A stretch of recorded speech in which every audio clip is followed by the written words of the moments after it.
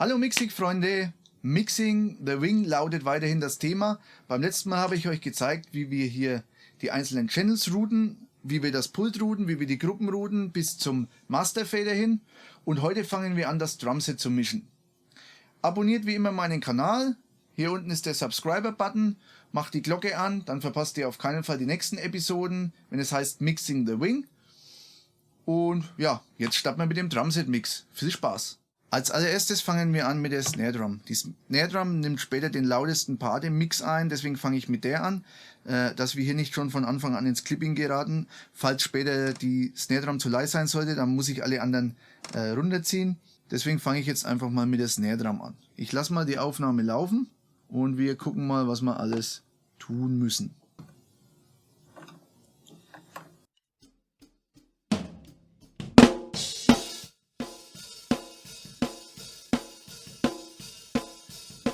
So hört sich die Snare Drum roh an und ich will jetzt mal eine kleine Grundkonfiguration hier vornehmen. Als allererstes kann ich hier wählen, ob ich Gate oder sonstiges Vorab-Plugin haben möchte. In unserem Fall würde ich jetzt wirklich zum Gate greifen, und zwar, es gibt hier das Standard Gate, das Wing Gate, aber was mir besonders gut gefällt, ist dieses Soul 9000 Gate, das ist einem SSL Gate nachempfunden. Das mache ich jetzt mal an. Ich stelle mal hier den Threshold ein.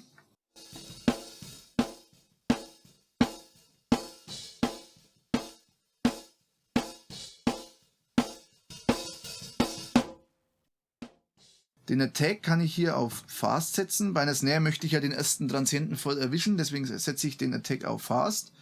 Die Range stelle ich ein bisschen runter.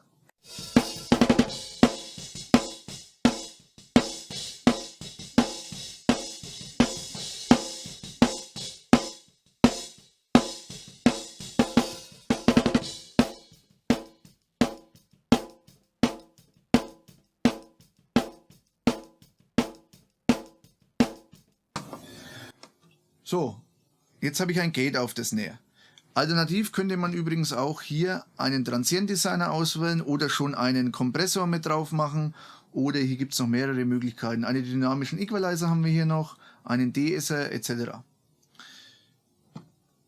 Gut, ich lasse jetzt mal das Gate so. Wenn ich jetzt hier von der Signalkette her irgendwas verstellen will, dann kann ich hier unten auf den Schraubenschlüssel gehen und kann hier die einzelnen Sachen auch verschieben. Das heißt, ich könnte das Gate jetzt auch ans Ende der Kette setzen. Macht natürlich bei einem Gate keinen Sinn. Wenn ich aber einen Kompressor oder Multiband-Kompressor reinmache oder einen Transienten-Designer, dann kann das durchaus Sinn machen, den nach hinten zu schieben. Ich lasse das Gate jetzt mal hier oben. Als nächstes komprimieren wir. Das heißt, ich schiebe mir jetzt den Kompressor hier dazwischen. Übrigens, der Tab hier an der Stelle, der zeigt uns, wo der Bus, wo ein Sendbus, ein Pre-Send-Bus abgreifen würde. Also wenn ich zum Beispiel einen Moidor-Mix mache, kann ich mir den hier dahin schieben, wo ich gern abgreifen würde an der Signalkette. So, Kompressoren gibt es relativ viele. Hier sehr gute Modelle auf der Wing. Ja, BDX 160, der ist natürlich dem DBX nachempfunden. Dann einen Red Kompressor haben wir hier. Dann Eternal Bliss. Hier habe ich einen Neve etc. Dann natürlich der Soul Bus Kompressor, der ist dem SSL Bus Kompressor nachempfunden und so weiter. Ich nehme jetzt für die Snare hier ganz klassisch einen 76er Limiter Amp, also ein 1176er Black. Übrigens, wer sich zum 1176er auf der Wing interessiert, dazu haben wir mal ein Video gemacht, mein Kumpel Stöcki und ich. Ich verlinke euch das mal, dann könnt ihr euch das angucken. So, wir hören mal rein, wie es klingt und stellen den Kompressor mal ungefähr ein, wie wir ihn gern hätten.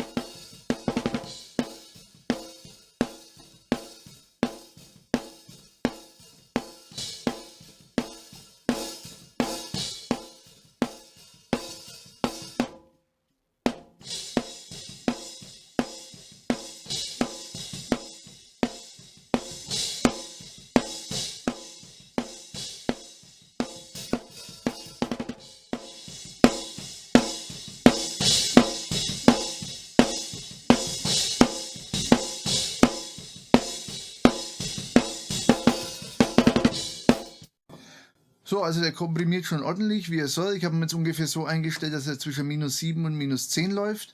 Was ich jetzt machen will für den Mix ist, ich will das Gate hier ein bisschen mehr aufmachen, weil man doch sehr viel hört, dass sehr viele Lautstärke-Schwankungen im Hintergrund sind. Das heißt, ich drücke hier kurz nochmal Play.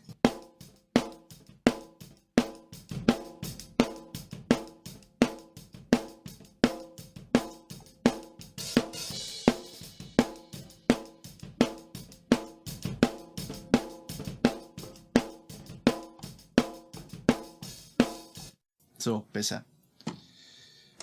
Ja, als nächstes Equalizer. Hier gibt es auch verschiedene Modelle. Hier gibt es SSL-Equalizer, es gibt Neve, 2 Neve-Equalizer und so weiter und so fort. Pultec dabei. Ich nehme jetzt hier für die Snare einfach mal diesen klassischen digitalen Grafik-EQ. Hier oben kann ich einen Filter einstellen, einen Low-Cut. Wähle ich hier an. Ich kann hier auch einen High-Cut machen, brauche ich für die Snare jetzt nicht. Ich ziehe jetzt den Low-Cut einfach mal so auf 140. Mach mal hier dann würde ich grundsätzlich bei der Snare ein bisschen was bei 200 Hertz geben. Hier einen schönen High Shelf und eventuell hier in dem Bereich ein bisschen absenken. Das hören wir aber gleich. Ich mache jetzt mal an. Dann können wir auch gleich mal, ich mache den Equalizer nochmal aus, ich lasse mal laufen.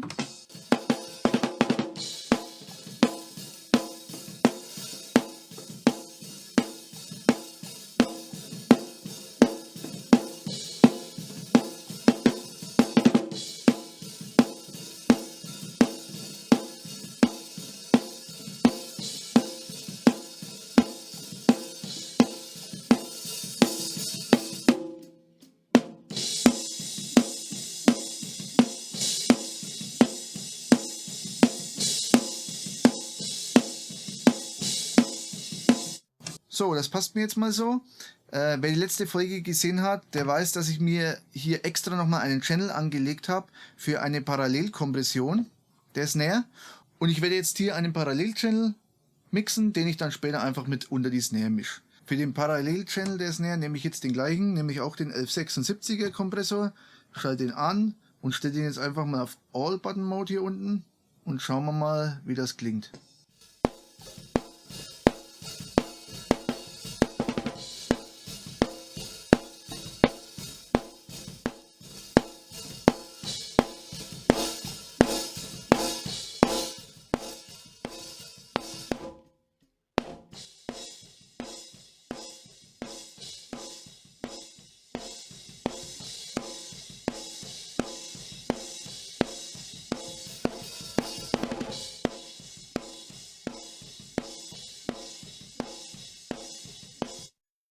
So, also der rotzt schon ordentlich.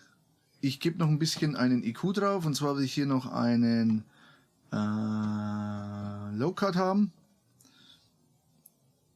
Den setzen wir jetzt mal circa bei auch 140 Hertz an. So, um noch ein bisschen Bauch reinzugeben, machen wir hier auch noch bei 200 ein bisschen was. Und jetzt mixen wir die beiden mal zusammen.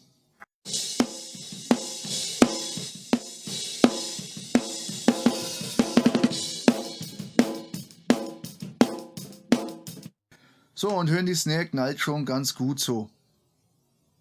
Als nächstes kommen wir zur Bassdrum. Bassdrum machen wir jetzt ganz klassisch erstmal einen Low-Cut, den setzen wir mal jetzt hier bei, naja, ich sag mal, einfach so um die 35 Hertz. Dann hätte ich gerne, den Low brauchen wir nicht, ich nehme hier auch den Wing EQ. Ich gebe hier mal einfach einen leichten.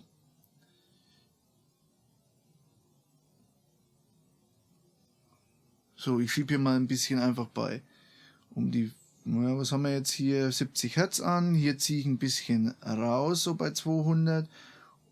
Vielleicht bei 1 Kilo, das hören wir gleich mal. Und hier hinten machen wir nicht. Wir nehmen den das Vierer Band und spielen mal hinten ein bisschen. Wir hören mal die Bassdrum einfach an.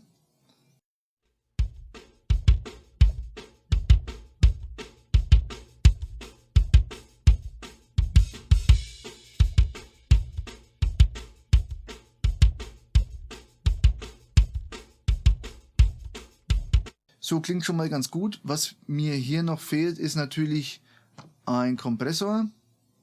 Den hätte ich jetzt aber auch hier gern vorm Equalizer.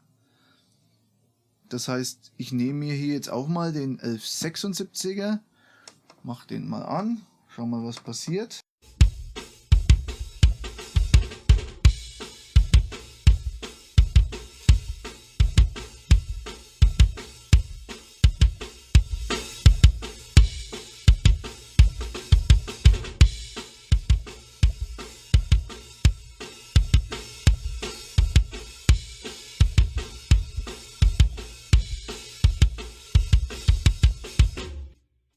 So, und ein Gate mit drauf. Nehme ich auch das Soul Gate, eben weil das so einen super geilen Fast Attack hat. Wir hören mal.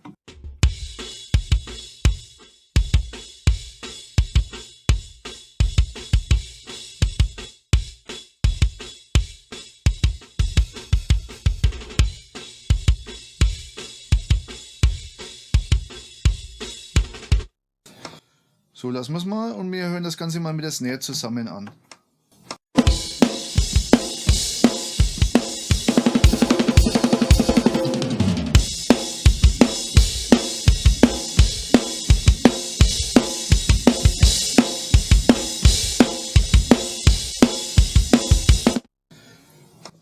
So, also knallt gut soweit. Vielleicht müssen wir später an der Kompression wieder ein bisschen was rausnehmen, aber ich sage ja, ich zeige ja hier nicht, wie ihr mixen sollt, sondern ich zeige euch ja hier, was für Möglichkeiten die Behringer Wing bietet. So, wir machen jetzt noch das Overhead. Die Toms spare ich jetzt gerade mal aus. Die kann ich später nochmal nachmixen. Die sind jetzt für unseren Fall, denke ich, für unsere Demonstration nicht relevant. So, wir nehmen das Overhead. Hier entscheide ich mich normalerweise immer für einen DBX 160. Den habe ich hier auch zum Glück drin. Und ich mute mal alles bis auf das Overhead, dann hören wir uns das mal an.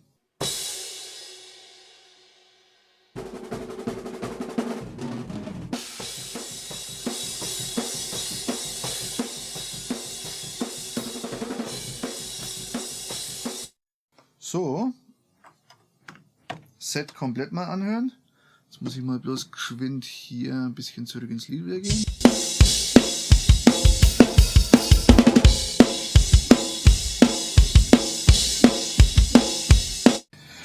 Ja doch, finde ich ganz cool. Als nächstes würde ich jetzt noch einen Effekt mir wünschen. Dazu gehe ich jetzt mal in meine Busse und lege mir einen Effektbus an. Während das bei vielen anderen Pulten immer so ist, dass man für den Effekt Input-Bus und Output-Channels festlegen muss, hat sich Behringer hier einfach an den DAWs orientiert und sagt, wir nehmen einfach einen Bus. Wir gehen hier in unsere Effekte rein. Ich lege jetzt hier mal im Slot 3, dann nehme ich jetzt mal einen Room Reverb. Und diesen Room Reverb route ich mir jetzt einfach in den Insert von einem Bus hier.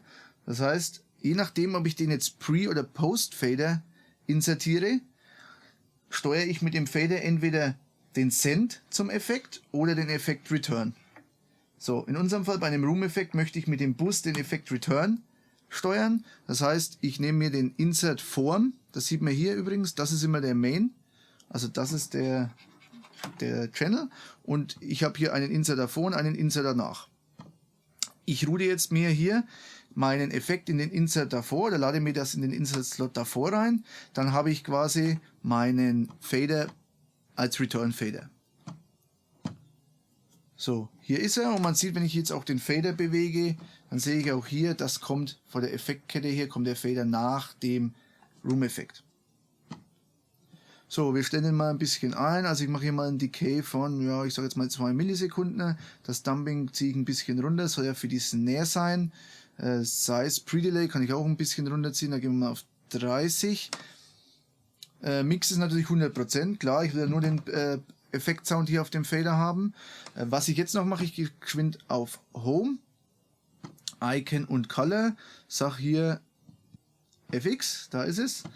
FX sind bei mir gelb und ich beschrifte den noch ganz kurz mit Room. So, jetzt sieht man es hier, Room, FX-Symbol und da schicke ich jetzt meinen Snare Channel mit rein. Das heißt, ich gehe hier auf die Sense, wähle hier den Room. Diesmal mache ich hier Post-Fader. Also nicht Subgroup, sondern Post-Fader. Und On und schicke ihn da mal mit 0 dB rein. So, und den muss ich jetzt natürlich noch auf meinen Main routen. Das heißt, hier, das ist schon passiert, der geht jetzt auf meinen Mixing, also auf meinen Mixing Master Main. Das will ich aber nicht. Ich hätte ihn lieber gern über meine Drum Subgruppe mit abgefahren. Das ist wie gesagt der Vorteil, dass man Bus in Bus routen kann. Genau, deswegen schicke ich den jetzt einfach mit 0 dB in meine Drum-Subgruppe und nehme den direkten Send an den Mainbus raus. So, wir hören, was passiert.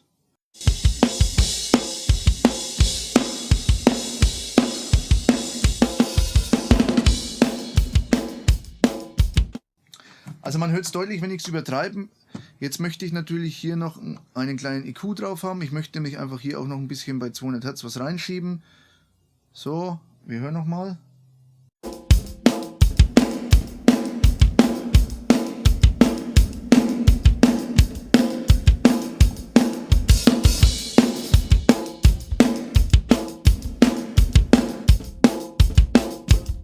Als letztes kümmern wir uns noch um die Summenkomprimierung.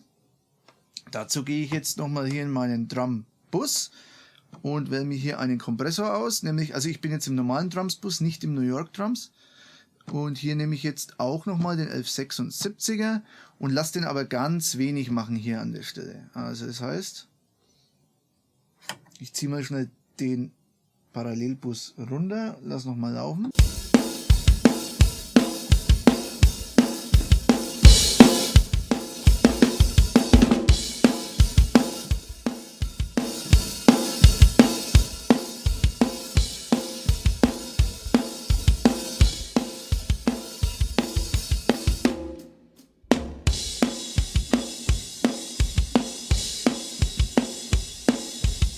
So, der macht jetzt fast gar nichts. Dafür aber der New York Drums Bus. Da nehme ich jetzt genauso den 1176er. Immer bitte, also wichtig ist, dass man hier wirklich auch den gleichen Kompressor nimmt, wegen den Plugin-Latenzen im Pult. So, ich mute jetzt den normalen Drum-Kanal und wir hören jetzt nur den New York Drums-Kanal.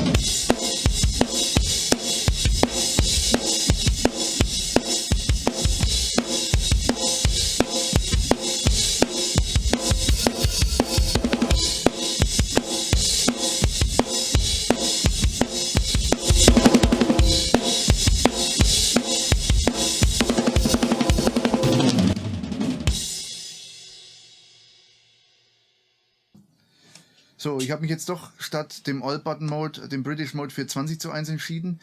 Ihr hört, das ist schon krass komprimiert. Also das ist schon wirklich extrem stark komprimiert, aber ist bei einer New York Drums Parallelkompression üblich, weil wenn wir später beide Busse zusammenmischen, dann macht das durchaus Sinn, dass der eine Bus so krass komprimiert ist, weil der dann richtig Druck hat. So, wir hören uns einfach das Ganze nochmal an mit beiden Bussen. Ich mische die gleich zusammen.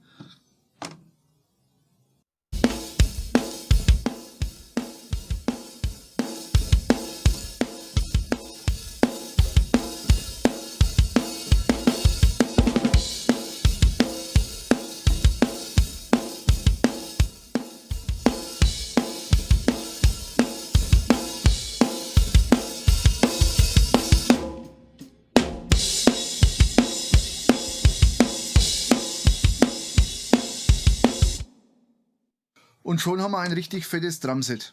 Was jetzt für New York Kompressen noch üblich ist, ist ein leichter Equalizer. Nämlich, dann nehme ich mal den Wing, bei 10K etwas pushen, also mit einem Shelf bei 10K ungefähr ansetzen und mal 3 dB oder sagen wir mal beim Digitalpult R2.5 und das gleiche mache ich bis 100 Hertz, da booste ich auch mal noch 3 dB. So, wir hören mal rein.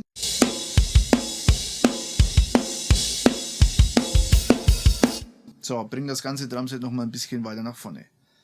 Ja, somit haben wir das Drumset jetzt fertig gemischt. Ihr habt jetzt gesehen, was die Wing auch hier für Möglichkeiten bietet, zwecks Plugins und so weiter. Es gibt natürlich vielzählige andere Möglichkeiten noch, das hier zu machen. Ich habe auch schon probiert, die New York Compression mit einem Neve oder mit einem SSL-Kompressor zu realisieren. Ist auch kein Thema, funktioniert auch gut. Aber ich sag mal, für knackige Rockmusik mag ich einfach den 76er am liebsten. So, damit sind wir für heute durch. Ich sage Ade und schaltet nächstes Mal wieder ein. Da gehen wir dann an die Gitarren und an den Bass ran. Macht's gut, euer Basti.